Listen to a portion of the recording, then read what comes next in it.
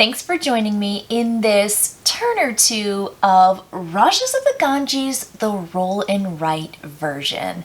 Now, I do have the game Rajas of the Ganges, the board game right here, just to show you that they are absolutely in the same vein and complexity. It's so cool how awesome this roll and write, the dice charmers of the Rajas of the Ganges is. It's really cool. And I want to show you the awesome player sheets that everyone gets to write on and the cool dice that everyone will be playing with for this roll and write version. Now, if you've seen my top 50, you know that Rajas of the Ganges shows up on my top 50. I think it's a great game. Now, I think this game is fantastic as well.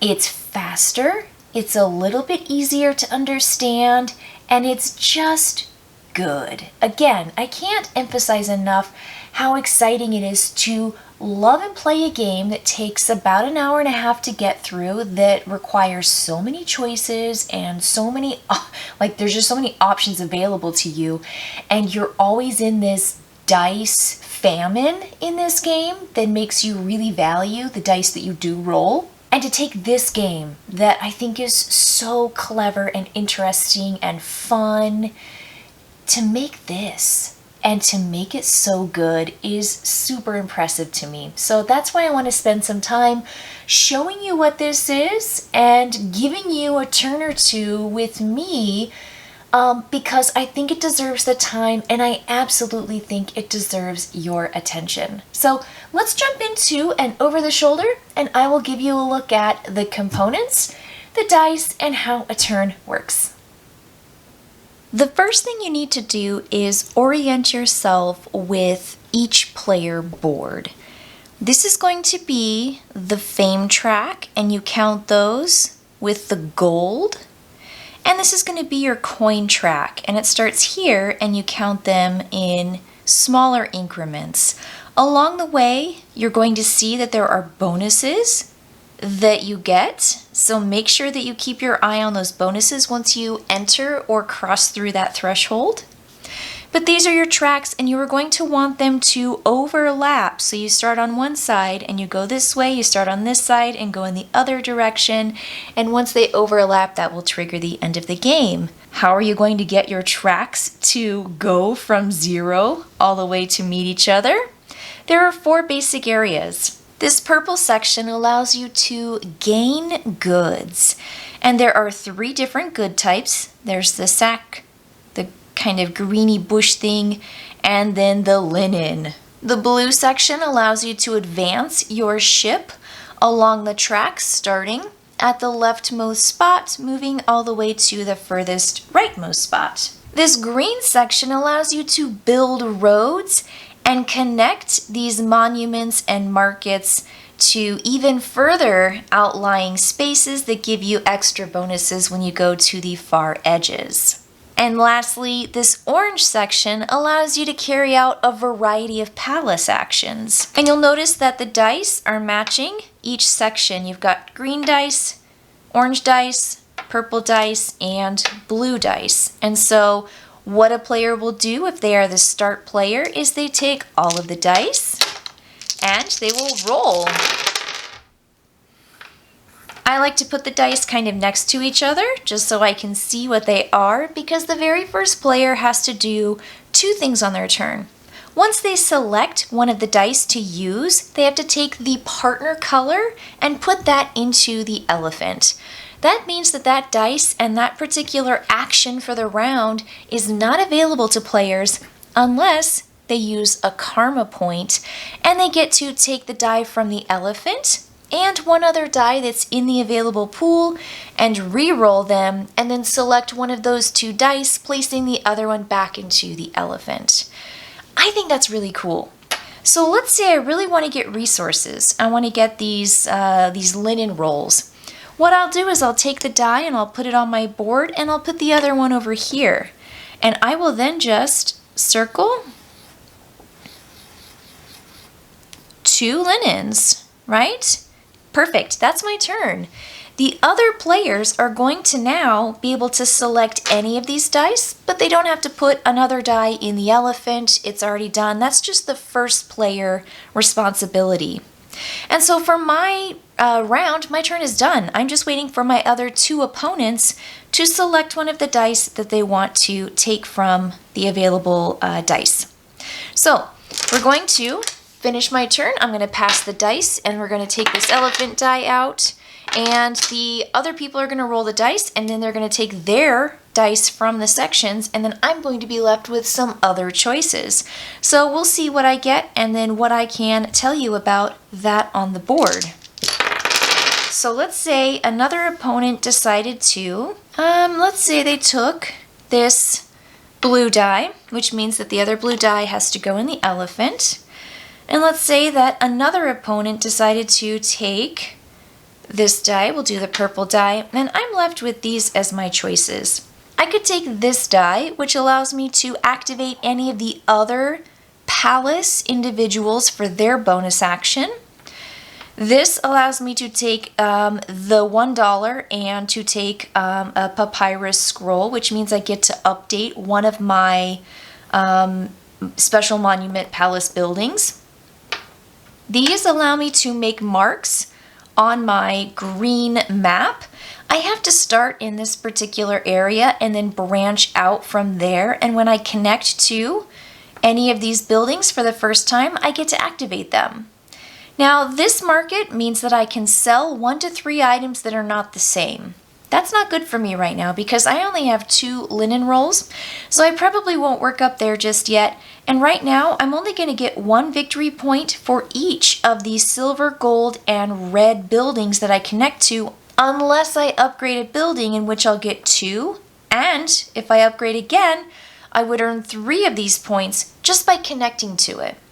So I may not use my roads just yet because right now they're really low points. I have enough linen. I think what I'll do is I'll actually take this with the 1 coin and the upgrade. So I'm just going to mark an X through my very first coin space and I'm going to upgrade one of my buildings. I'm going to upgrade this red building.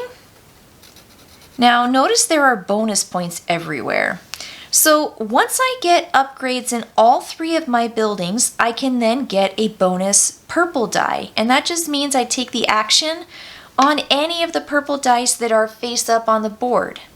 That's pretty cool. I can get bonuses by circling. You don't even have to finish and sell. And that gives me a bonus move on the blue track, which could then give me another cascading bonus.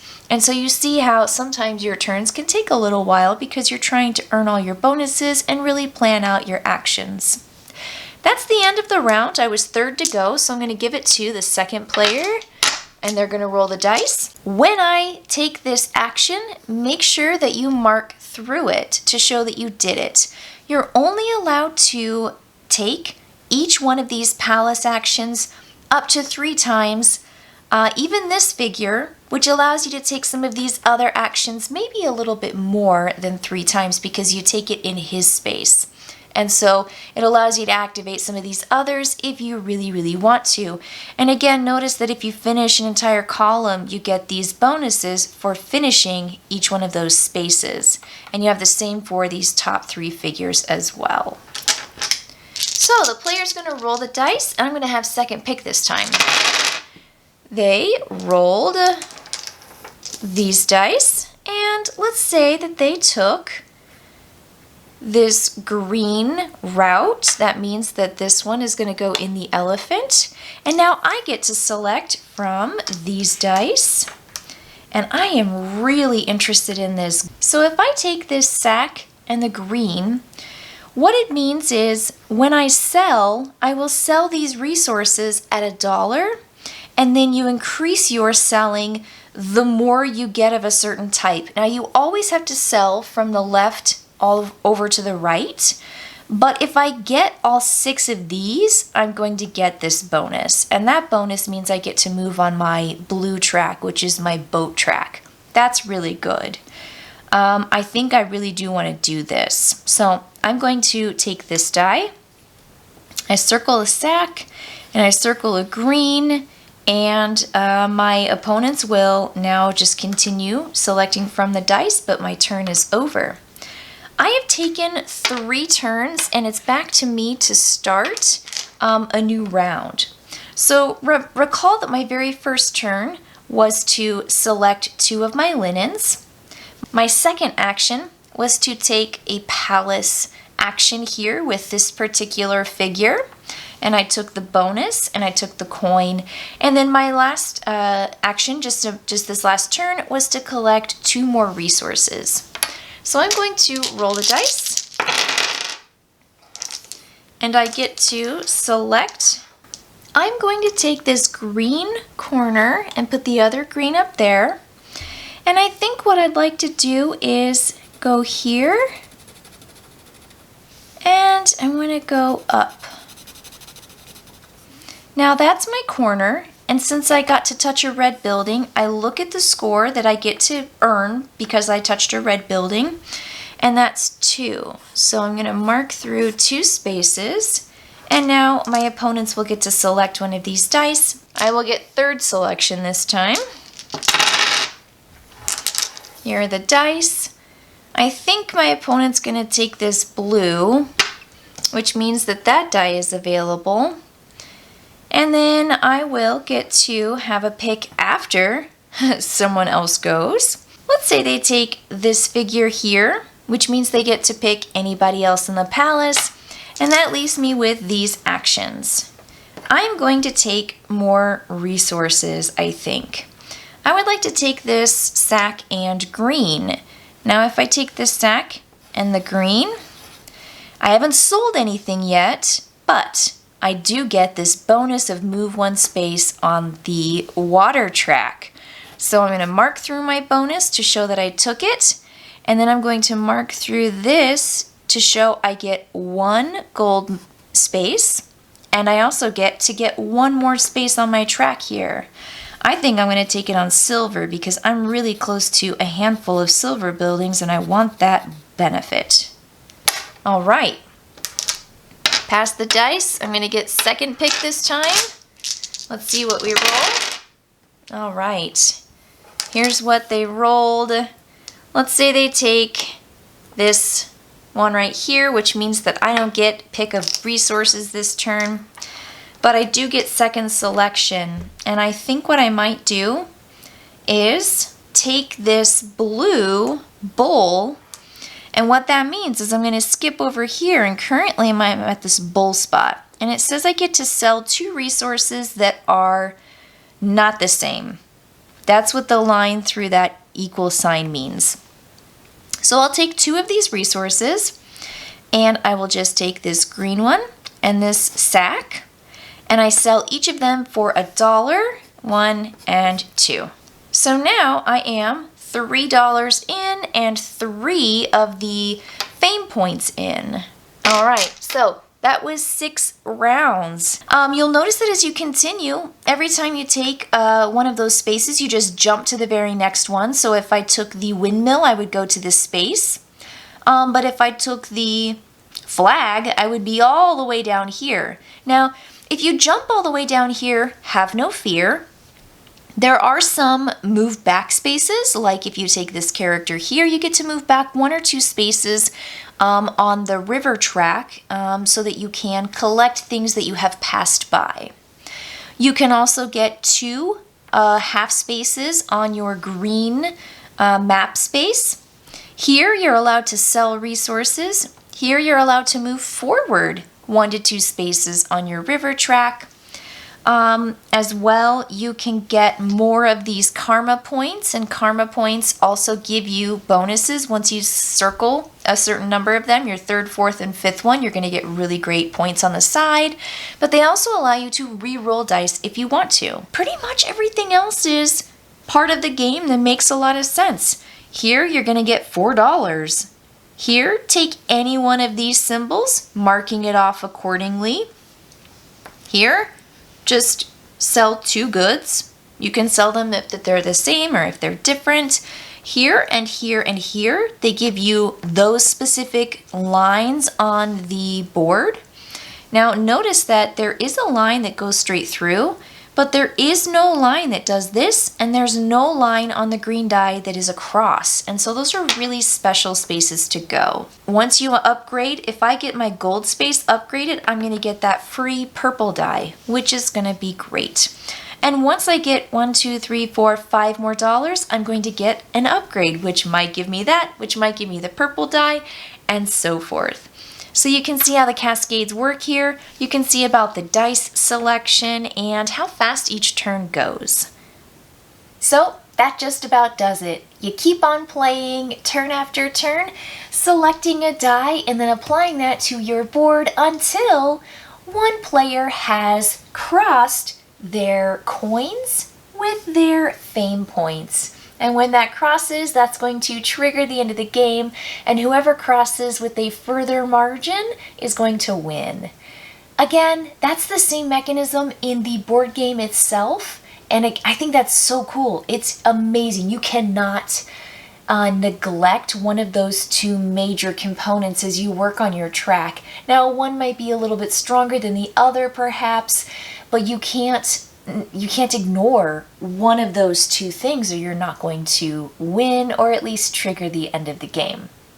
This is great. It's fun and it's so replayable because there is a moon board that is entirely designed with different moments and opportunities for bonus triggers.